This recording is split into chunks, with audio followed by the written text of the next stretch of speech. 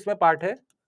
ये कह रहे हैं आप प्रूव कीजिए कि जो एमएलई आपने निकाला है वो फंक्शन ऑफ क्या है बेटा, जैसे हमने जो निकाला था वो क्या है, फंक्शन ऑफ सैंपल वैल्यूज है ना बेटा, हमने जो निकाला।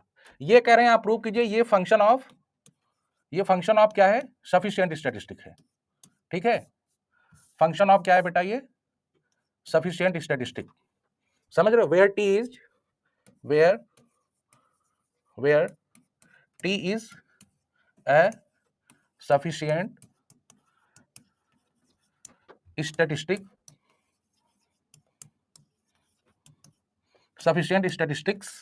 Statistic for theta. ठीक है, ये प्रूव करना है, ये हमको प्रूव करना है। ठीक है, ये प्रूव करना है, प्रूफ। तो अब ये कैसे कैसे प्रूव होगा, वही कंसेप्ट लगाएंगे लाइक्लीहुड फंक्शन का, है कि नहीं। अपने पास लाइक्लीहुड फंक्शन है बेटा already, we have likelihood function, है ना। लाइक्लीहुड फंक्शन आपका, आप लोग इसको अगर x भी इंक्लूड करते हो तो कैसे लिखते हो इसको, joint density function i equal to this F X I upon ये गिवन थीटा, ये आप लिखते हो, ये आपका ज्वाइंट डेंसिटी फंक्शन है ना। अब यहाँ पे क्या लगाते हो, यूजिंग फैक्टराइजेशन थ्योरम,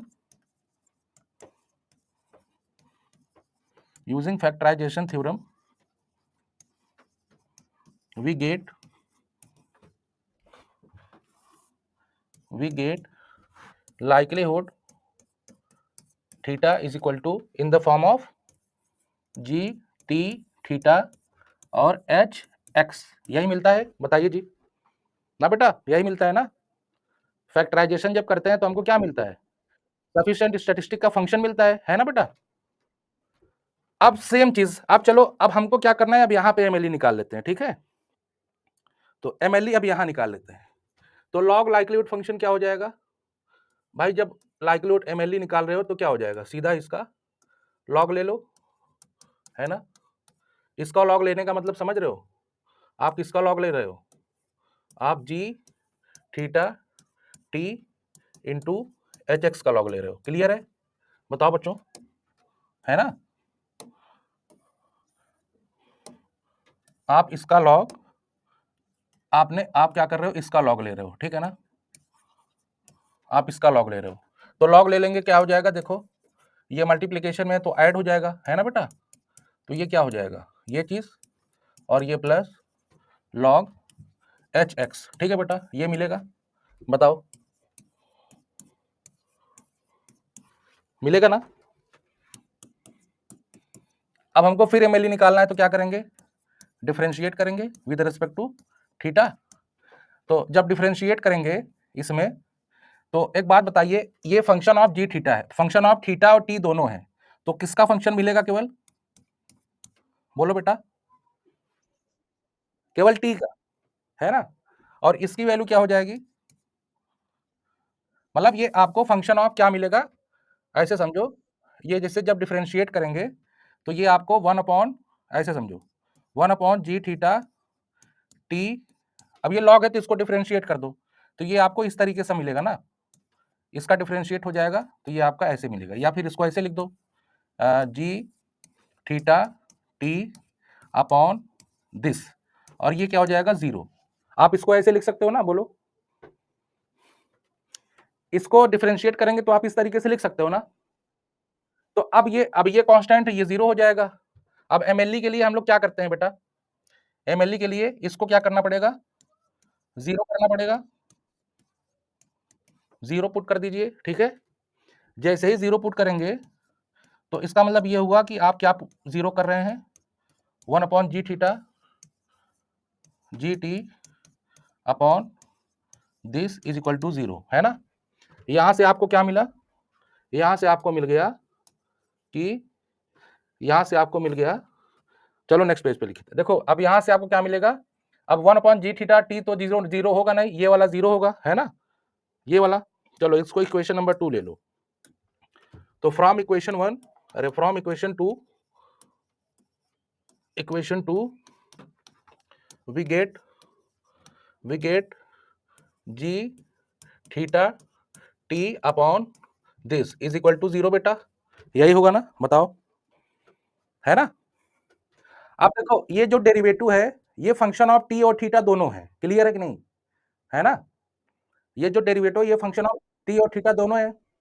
तो इसमें से आप एक बात बताइए, इस डेरिवेटिव में जो भी एक्सप्रेशन आएगा वहां से जो आपको मिलेगा थीटा, है ना, जो थीटा कैप मिलेगा वो फंक्शन ऑफ, यहाँ पे कोई और फंक्शन ले लो, चलो फाई ले लो, ये टी के फॉर्म में मिलेगा कि नहीं, बताओ पहले। अब जैसे उसमें किसके फॉर्म में मिल रहा था, जरा कंपेयर करो, उसमें थीटा कैप किसके फॉर्म में मिल रहा था, directly function of x1 x2 dot dot dot xn, इसके फॉर्म में मिल रहा था, क्लियर हो।